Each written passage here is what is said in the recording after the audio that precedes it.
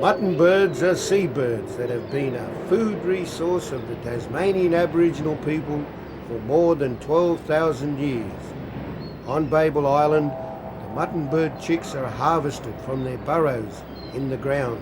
This cultural activity is still carried on by today's Tasmanian Aboriginal community. Oi! Oi, you young'uns! Oi, you young'uns! Come away from there, or Kuti will come and get ya!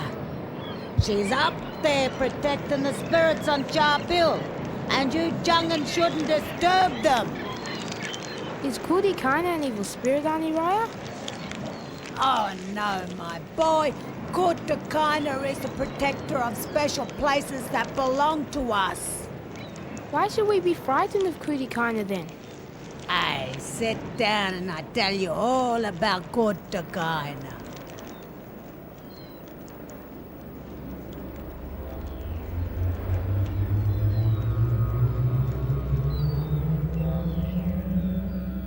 A long time ago, there was this Aboriginal woman named Menogana.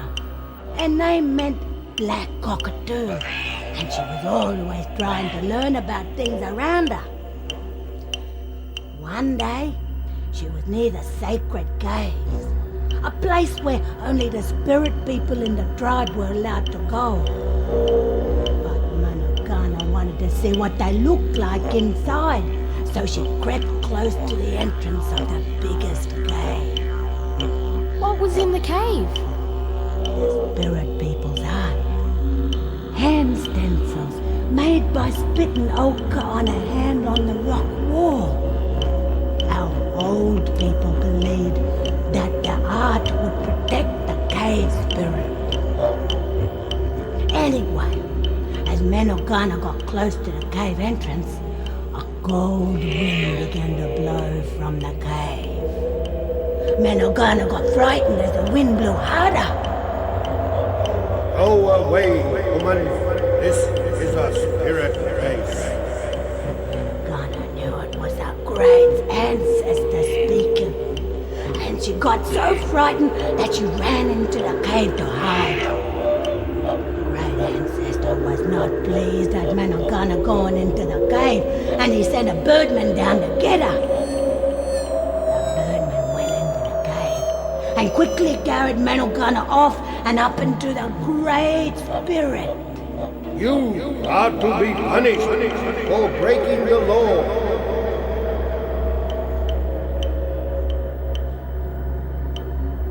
Gee, Auntie, did the great ancestor kill Menogana?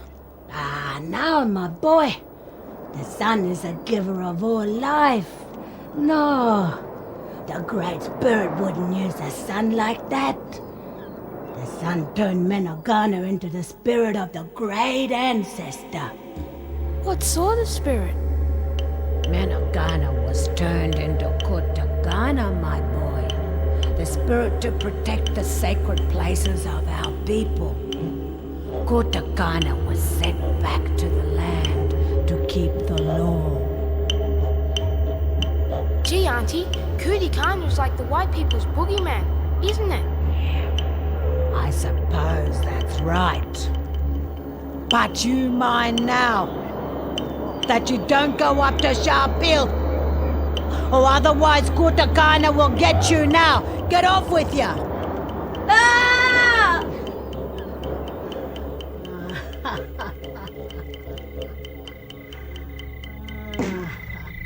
Hey, Auntie Raya just told me all about Kuti. We'd better not go up Sharp Hill, or Kuti will come and take us to the great ancestor. Gosh, what'll the great ancestor do if that happens? The great ancestor will turn you into a spirit and make you protect Sharp Hill forever. That evening, as the sun set, the Aboriginal children sat by the campfire and talked about Sharp Hill, a place where Kuti watches over Babel Island.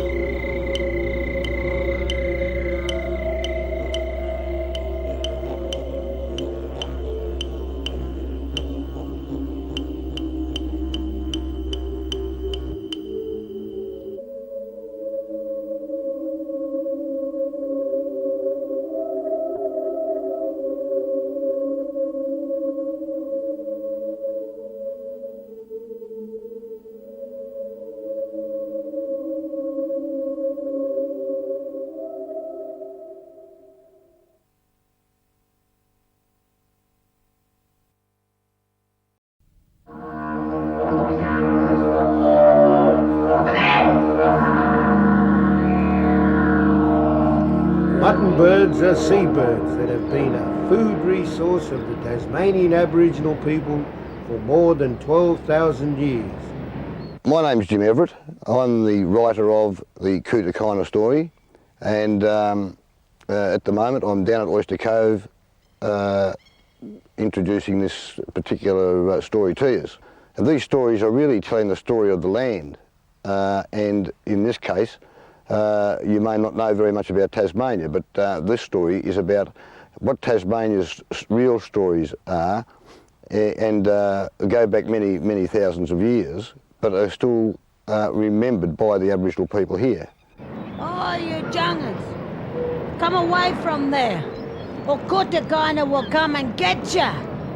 She's up there protecting the spirits on Sharp Hill, and you jungans shouldn't disturb them. The story of the Kuti, like many other stories that Aboriginal people tell, not just in Tasmania but around Australia, are about what Aboriginality is. It's about why Aboriginal people have a particular special feeling for the land, and that's because we actually have to look after the land.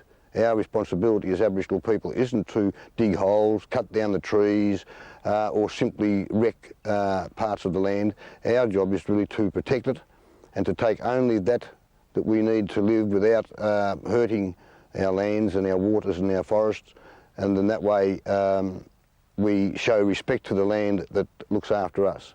And that's a very important part of what these stories are, and Kuti is a spiritual way of educating our young people about where they go and what they do in certain areas of land.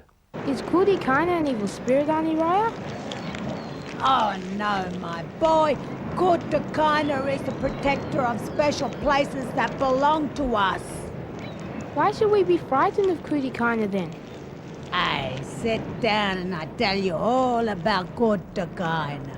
Now, these stories might seem a little bit strange to you because they're on like cartoons, but really they are drawings put together like a film, and the artist is an Aboriginal person who's painted it, these stories for you. So it's just a way of being able to tell you a story and show you how Aboriginal artists can represent these stories on film for you. So I hope that you'll keep in mind that this is an Aboriginal arts work being put on film to tell an Aboriginal art story, which is important because it has a spiritual story behind it, and you need to take that into account as well.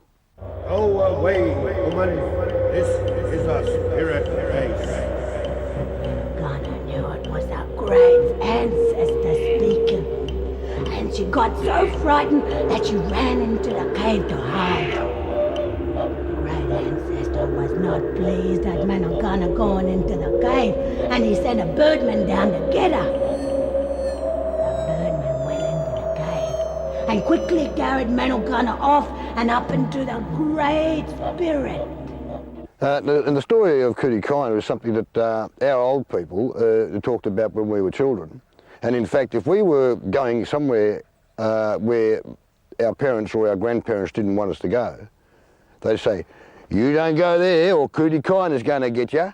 But you mind now that you don't go up to Sharp Hill, or otherwise Kuti will get you now. Get off with you. The story about Kuti Cave is about Kuti Cave that really is there. It's a cave that is down in the rainforest, on the banks of the Franklin River, in the southwest wilderness of Tasmania. And that's a place which is not easy to get to. But some people do go there by raft, and we are trying to give people the message not to go into the cave and light fires when they go there camping, but to camp away from the cave. But of course not everybody does that. I hope that when you see this film that you'll understand it's a story about being respectful to the land and to everything else of the land, so that the story is not a fairy tale.